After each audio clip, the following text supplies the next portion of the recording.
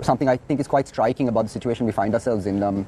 As my colleague just said, the Admiral just said that this is the theater. It's a combat theater. Maybe we are on the periphery of the combat zone.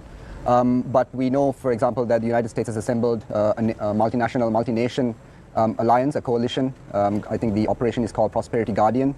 And so this operation comes in the midst of the Houthi rebels' attacks on commercial shipping in the Red Sea.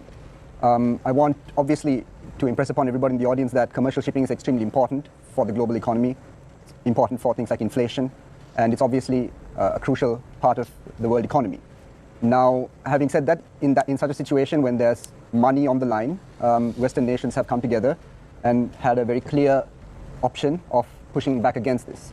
Now, I want to just take a step away from that and just take a look at what is driving the conflict in the Red Sea right now. The Houthi rebels have said that they were initially trying to target ships going into Israel, and they've been very clear. That may or may not be accurate. I'll leave it to the other colleagues. But the fact of the matter is that this is part of the Gazan war, part of the Israeli aggression in Gaza. Now, in such a situation in Gaza, as of today, we have something like 30,000 people dead from strikes in Gaza, from Israeli strikes. Out of that 30,000, about 27,000 are civilians. From that 27,000 civilians, there's 12,000 children that's estimated. So we're talking about a situation in the Red Sea where we have dollars, economies, and funds at stake. But when it comes to the lives of people in the Gaza Strip, I don't see any such coalition, any such Western pressure, certainly.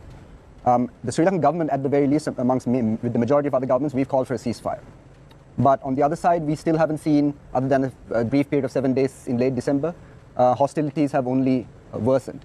The deaths are only increasing. The intensity is still the same.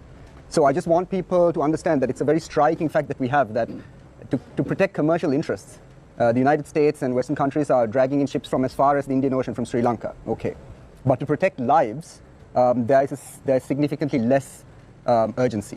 And we've seen the votes in the United Nations and the Security Council, and we know who is voting for a ceasefire, and we can see who is voting against a ceasefire. In this situation, I think it's important that we bring it back to Sri Lanka, in a situation where we have a head of state who's decided that this is a necessity for Sri Lanka. But is he using that same urgency to meet the challenges of the people in the Sri Lankan economy? If you're spending something like 250 million rupees every 6 weeks, if it's, I assume the diesel we're paying for in dollars, so then you have to find foreign exchange. It's not just a matter of rupees. And I think it's reflective of the priorities that this government